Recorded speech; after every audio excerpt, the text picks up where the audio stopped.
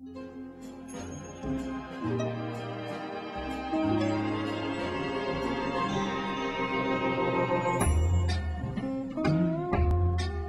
la Fundación FIDE lo que se pretendía con este proyecto era contribuir a la generación de procesos de participación interculturales y espacios socioculturales de mayor acceso, o sea, que haya una equidad, que haya un acceso de todos, de mujeres y hombres, de jóvenes, y que haya una inclusión de esas comunidades dentro del país.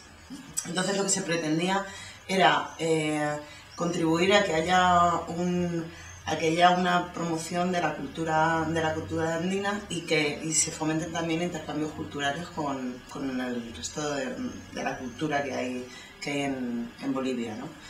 Entonces, bueno, pues lo que se trató a través de las actividades que realizamos fue como la principal sería la formación o la capacitación de promotores culturales de esos 5 municipios a los que pertenece, o sea, a los que llegábamos con el proyecto. Entonces se formaron como 32 promotores culturales y promotoras, y se hizo sus capacitaciones, sobre todo en cultura andina, en qué es la interculturalidad, cómo los procesos de cultura, cómo se desarrollan y demás. Entonces estos promotores, aparte de ser formados y capacitados, también se les capacitó en temas de imagen, de sonido, para que ellos buscaran en sus comunidades historias de la cultura andina, juegos andinos y demás, y colaboraran con nosotros para rescatar esa cultura. La cultura, como tú dices, está muy arraigada, la cultura indígena y la cultura andina. Lo que pasa es que es cierto que se va perdiendo. Hay mucha inmigración a la ciudad, y esa inmigración conlleva el quitarse esa cultura porque está un poco discriminada, ¿no? Entonces, poco a poco se van perdiendo tanto la vestimenta como canciones o juegos o historias que se han ido han ido pasando de una generación a otra. Entonces, esto es promocionarla para valorizarla y que haya un aprecio de esa cultura, ¿no? Por un lado que no se pierda, y por otro que se revalorice, y sobre todo también que haya un intercambio con la parte de la ciudad que no conoce esa cultura, y que ellos mismos sean los que la muestren y vean que la gente sí que la valora y que le parece curiosa y que puede aprender de esa cultura, ¿no? Aunque era un proyecto cultural, se buscaba que hubiera una mayor participación de mujeres y de jóvenes, ¿no? Siempre, bueno, en casi todos los proyectos que se llevan a cabo se intenta fomentar eso, la participación de la mujer, porque siempre se queda un poco en segundo plano. Cuando tú vas a una comunidad a buscar, estos promotores se buscan en cada comunidad, y es la propia comunidad la que dice quién va a ser, o no votación, pero sí, bueno, se va eligiendo un poco. Entonces normalmente tienden a ser hombres los que se eligen. Entonces ponemos ese punto de facilitar que sean las mujeres, de decirles que intenten que sean mujeres, porque suelen ser un poco las que están más relegadas en la casa o en el trabajo doméstico, en el tal, y no tanto en el social, aunque Bolivia se caracteriza porque la mujer también ha participado en procesos sociales, pero intentamos fomentarlo para que no se crea esa desigualdad. Uno de los objetivos del proyecto, como decía, era formar a los promotores en la imagen y el sonido. Entonces, bueno,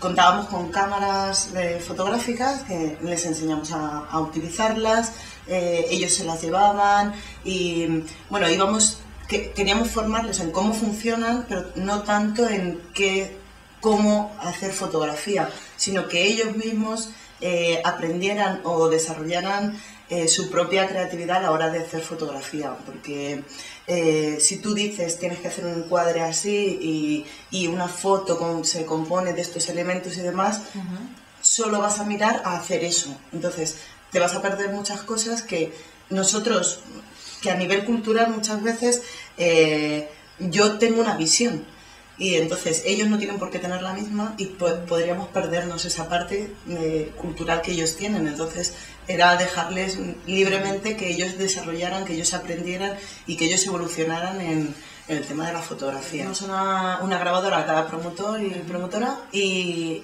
lo que pretendíamos, bueno, aparte de enseñarles a cómo funciona, lo que tenían que hacer era pues entrevistar a dirigentes o dirigentes de su comunidad, buscar relatos o personas influyentes de esa comunidad que les contaran historias, un poco recuperar la parte oral, ¿no? Porque es una cultura muy que ha sido de transmisión oral generalmente, ¿no?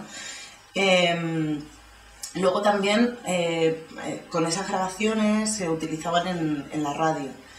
Hay una radio que, bueno, la zona andina como no tiene luz ni nada, la mayor comunicación que hay o la mayor información que puede llegar es a través de la radio. Y existen muchas radios comunitarias, muchas radios de la zona y demás. Entonces, hacerles a ellos protagonistas de esa radio, con todas esas grabaciones que se iban recuperando, se ponían en programas. También se les formó en el tema de vídeo. Teníamos cámaras de vídeo en las que ellos iban también entrevistándose, también para perder un poco el miedo a la cámara y demás, y que ellos pudieran también buscar cosas que grabar pues tanto de festivales como folclore, música o cosas así, ¿no?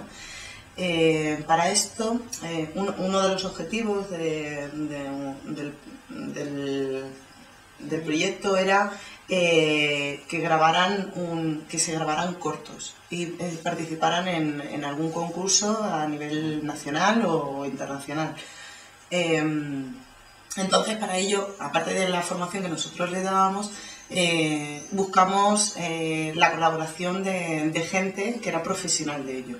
Entonces, bueno, contactamos con Tonchi Antezana, que es un director de Bolivia, y bueno, estuvo explicándoles, bueno, pues cuáles eran sus retos que había tenido que superar, sus dificultades, cómo grababa él, de qué manera se organizaba y demás, también para que tuvieran una referencia no solo de la parte formativa propiamente que nosotros les dábamos, ni que se les daba desde el proyecto, sino que también tuvieran una parte más de la parte profesional, ¿no? Acudieron otros artistas de diferentes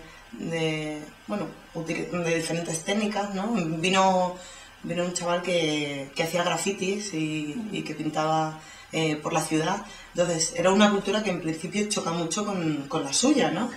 Porque no tiene nada que ver o qué es lo que se denuncia a través de un graffiti o por qué se hace un graffiti a esta gente que vive en comunidades que están bastante aisladas y que ese tipo de cultura urbana y tal no existe, ¿no? Otros artistas de fotografía y demás, pero todos muy relacionados con el tema de la ciudad, ¿no? O sea, vivían en ciudades, no conocían el campo y demás.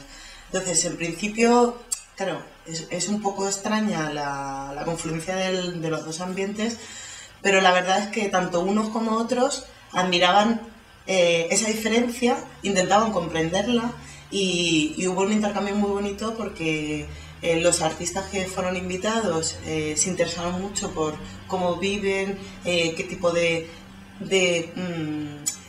cultura, bueno, no ya no cultura, sino qué tipo cómo se podrían desarrollar ellos su arte en ese ambiente rural, ¿no? De intentar comprenderlo a través de lo que ellos hacían.